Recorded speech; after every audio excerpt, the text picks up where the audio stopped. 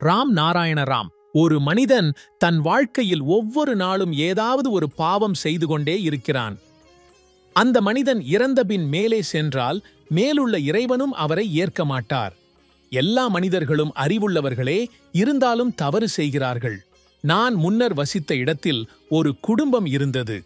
அந்த குடும்பத்தில் 3 பேர், தந்தை, தாய் மற்றும் மகன். அந்த பையனின் தந்தை எப்போதும் சிகரெட் பிடிப்பார். ஒரு நாள் தந்தையை பார்த்து அந்த பையனும் சிகரெட் திருடி பிடிக்க ஆரம்பித்தான். ஒரு நாள் தந்தை பையன் சிகரெட் பிடிப்பதை பார்த்து அவரை அடித்தார். அந்த தந்தைக்கு யார் விளக்குவது? தந்தையை பார்த்தே பிள்ளைகள் பழக்கங்களை பெறுகிறார்கள்.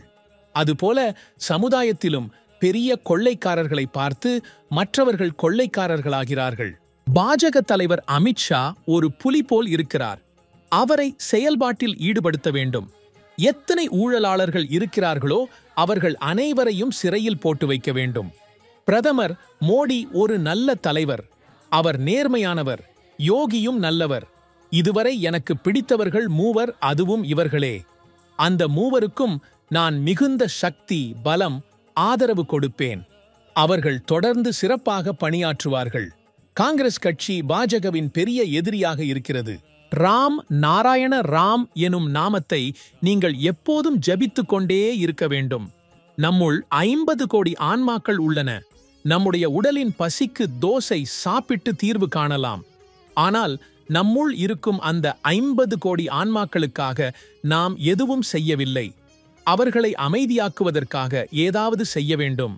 அதற்காக ராம் நாராயண ராம் ஜபம் மற்றும் தியானம், மெடிடேஷன் அவசியம். அதனால் அவர்களின் பசி தீரும், அவர்கள் அமைதியாகும். அவர்கள் அமைதியாகிய பிறகே நீங்கள் நல்ல எண்ணங்களை யோசிக்க முடியும். தியானத்தின் முக்கியத்துவம் பற்றி ஒவ்வொரு மனிதனும் விழிப்புணர்வுடன் இருக்க வேண்டும். ஒரு மனிதன் அமைதியாக உட்காரும்போதுதான் அவன் நன்றாக யோசிக்க முடியும். யோசித்த பிறகு தீர்மானிக்க முடியும். தியானத்துக்கு பிறகு நீங்கள் அமைதியாக உட்கார்ந்து நீங்கள் காலை முதல் மாலை வரை என்ன செய்தீர்கள் என்பதை சிந்திக்க வேண்டும். உங்கள் மனசாட்சியே உங்களிடம் சொல்லும், நீங்கள் என்ன சரியாகச் செய்தீர்கள், என்ன தவறாகச் செய்தீர்கள். மனிதன் எல்லாவற்றிலிருந்தும் ஒளியக்கூடும், ஆனால் தன்னிடமிருந்து ஒளிய முடியாது. மனிதன் தன்னை பற்றியே சிந்திக்க வேண்டும், நான் தவறு செய்தேன் என. அதையும் தாண்டி இந்த தவறை நான் இனிமேல் ஒருபோதும் செய்ய மாட்டேன் என்று உறுதி எடுத்துக்கொள்ள வேண்டும். எந்த ஒரு மதத்தின் பூஜாரியின் பேச்சுக்களால் குழப்பம் அடையக்கூடாது. மனிதன் தானாகவே புரிந்து கொள்ள வேண்டும். இவையெல்லாம் கூட்டத்தின் ஓர் அங்கமாக இல்லாமல் அந்த கூட்டத்தை வழிநடத்தும் தலைவராக இருக்க வேண்டும். மனிதனுக்கு அதை புரிந்து கொள்ளும் திறமை இருக்கிறது. மனிதன் தொடக்கத்திலிருந்தே தவறுகளைச் செய்கிறான். மதத்தின் பேரில் ஏமாற்றுகிறவர்களை பின்பற்றியும் தவறான அரசியல் கட்சிகளை நம்பியும். இந்த மனிதனால் உருவாக்கப்பட்ட மதத்தை இயக்க யாரால் அனுமதி கொடுக்கப்பட்டது? மனிதனால்தான். தீர்வுக்கான அரசியல் சட்டம் எங்கே? தீர்வுக்கான மதம் எங்கே? தீர்வுக்கான பூமி எப்பொழுது வரும்? இரவில் ராம் நாராயண ராம் ஜெபம் செய்யுங்கள், தியானம் செய்யுங்கள். இதனால் உங்கள் மனம் அமைதி பெறும்.